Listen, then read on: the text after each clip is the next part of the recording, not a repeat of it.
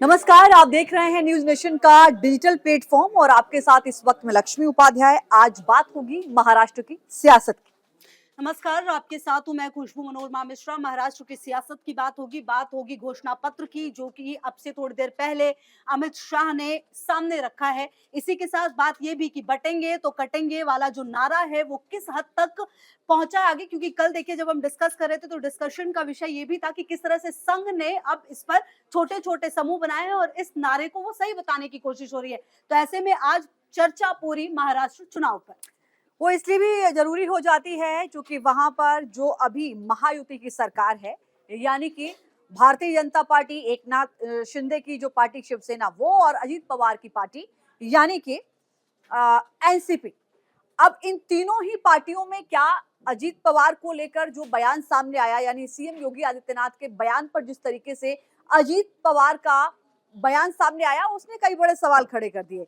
क्योंकि अजीत पवार जो है वो सीएम योगी आदित्यनाथ के कटोगे तो बटोगे, एक रहोगे सिर्फ रहोगे नेक रहोगे, इस बयान से अलग बयान देते आए। उन्होंने कहा कि ये महाराष्ट्र है और यहाँ की जनता इस तरीके के बयानों को एक्सेप्ट नहीं करती है, और अगर कोई अन्य राज्य से नेता यहाँ पहुंचते हैं तो उनको समझना होगा कि किस तरीके का बयान देना है। इसके बाद सवाल ये खड़ा हुआ कि क्या सब कुछ ऑल इज वेल नहीं है, क्योंकि एकनाथ शिंदे की पार्टी की ओर से ये कहा गया, संजय निरुपम की ओर से, कि देखिए जो बयान सीएम योगी ने दिया है वो अपने आप में ठीक है, आज नहीं लेकिन आने वाले वक्त में अजीत पवार को इस बयान के मायने समझ आएंगे।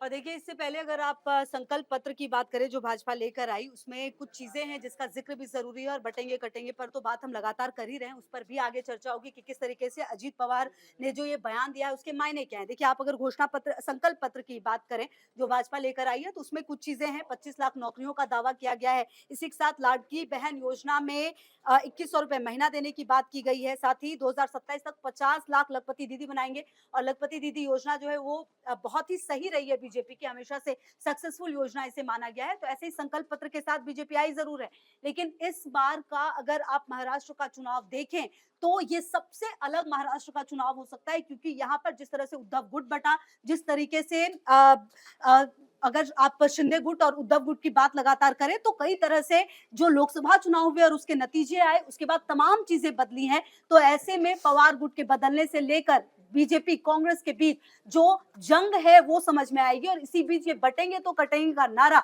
सबसे ज्यादा सुर्खियों में रहा है, क्योंकि कहीं ना कहीं इस पर लगातार प्रतिक्रियाओं का दौर है। और अगर आप समझिए कि अगर आप एक गठबंधन में हैं और उस बयान से आप इत्तेफाक नहीं रखते, तो कहीं ना कहीं ये बताता है कि किस तरह से आपके गठबंधन के अंदर तमाम चीजें हो रही हैं। देखिए, इसलिए समझना होगा, सीएम योगी आदित्यनाथ ने हालांकि इस नारे की शुरुआत की थी उत्तर प्रदेश के आगरा से, लेकिन इस नारे का सबसे ज्यादा असर नजर आया हरियाणा चुनाव में। हरियाणा में आप चाहे एग्जिट पोल देख लीजिए, ओपिनियन पोल देख लीजिए, रिजल्ट आते आते ये कहा जा रहा था कि यहाँ पर कांग्रेस की सरकार बनने जा रही है। लेकिन जब जैसे ही रिजल्ट आगे बढ़ा, सीटों में तब्दील बदलना शुरू हुआ, उसके बाद भारतीय जनता पार्टी की वहां पर सरकार बनी और कहा यही गया कि योगी आदित्यनाथ का कटोगे तो बटोगे, एक रहोगे नेक रहोगे सेफ रहोगे, ये नारा काम आया। हालांकि प्रधानमंत्री नरेंद्र मोदी पिछले 2 दिन से लगातार महाराष्ट्र में चुनावी शंखनाद में जुटे हुए हैं, रैलियां कर रहे हैं। पीएम मोदी का भी ये नारा है कि एक रहोगे तो सेफ रहोगे। इस नारे में भी अपने आप में ये दर्शाता है ये नारा कि सीएम योगी के उस नारे को प्रधानमंत्री नरेंद्र मोदी हो या फिर आरएसएस, सबका समर्थन मिलता हुआ नजर आ रहा है। तो क्या ये जो नारा है ये महाराष्ट्र में भी काम करेगा?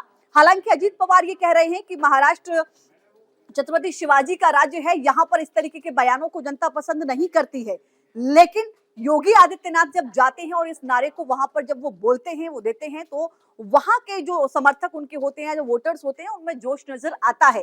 तो क्या ये माना जाए कि जो इस वादे का, जो इस नारे का असर हरियाणा में नजर आया बीजेपी के पक्ष में, क्या उसका असर महाराष्ट्र में भी नजर आएगा? अजीत पवार का जिक्र इसलिए महत्वपूर्ण हो जाता है क्योंकि अजीत पवार इस बयान से खुद को अलग रखने की कोशिश करते हैं। ऐसे में क्या उनको इस बात का डर है कि उनका जो एक वोट बैंक है, जो वो अपना मान के चलते हैं, क्या इन नारों के समर्थन से उस वोट बैंक में कहीं कोई खिसकने का डर बना हुआ है? हालांकि अजीत पवार की ओर से इस पूरे बयान को लेकर जो बयान दिया गया था उसको लेकर भी उन्होंने अपनी सफाई दी है, प्रतिक्रिया दी है। लेकिन चूंकि वो महायुति के हिस्सा है, तो ऐसे में एक पार्टी जो समर्थन कर रही है उस नारे का, एकनाथ शिंदे की पार्टी, लेकिन दूसरी पार्टी अजीत पवार की जो इससे इत्तेफाक नहीं रखती है। तो ऐसे में इसीलिए सवाल खड़े हो जाते हैं कि कटोगे तो बटोगे, एक रहोगे, सेफ रहोगे। कितना सेफ बीजेपी को ये नारा महाराष्ट्र में कर पाएगा, ये बड़ा सवाल है।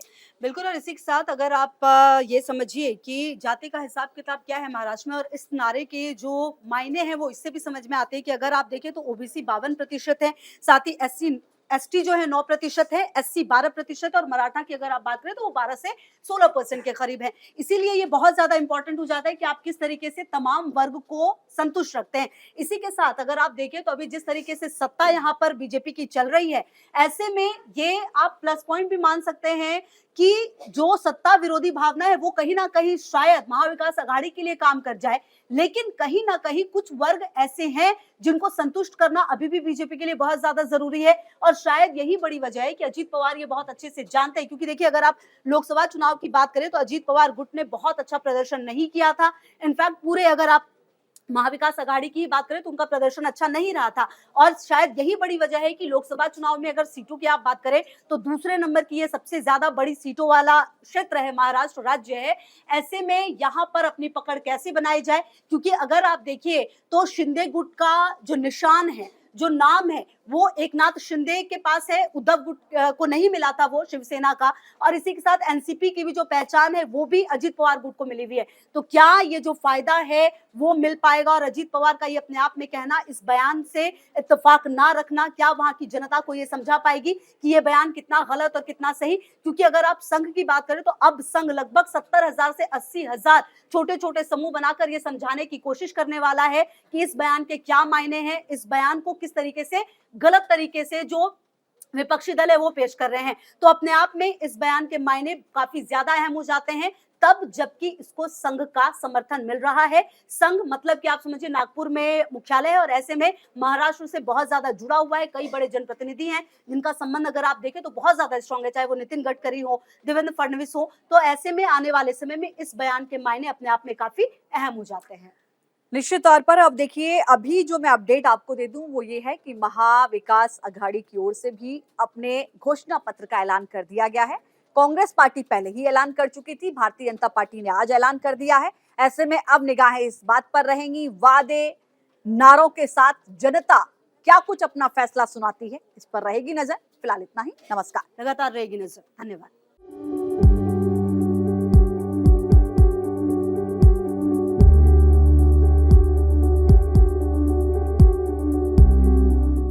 न्यूज नेशन अब व्हाट्सएप पर। खबरों के ताजा अपडेट के लिए न्यूज नेशन के इस क्यूआर कोड को स्कैन करें।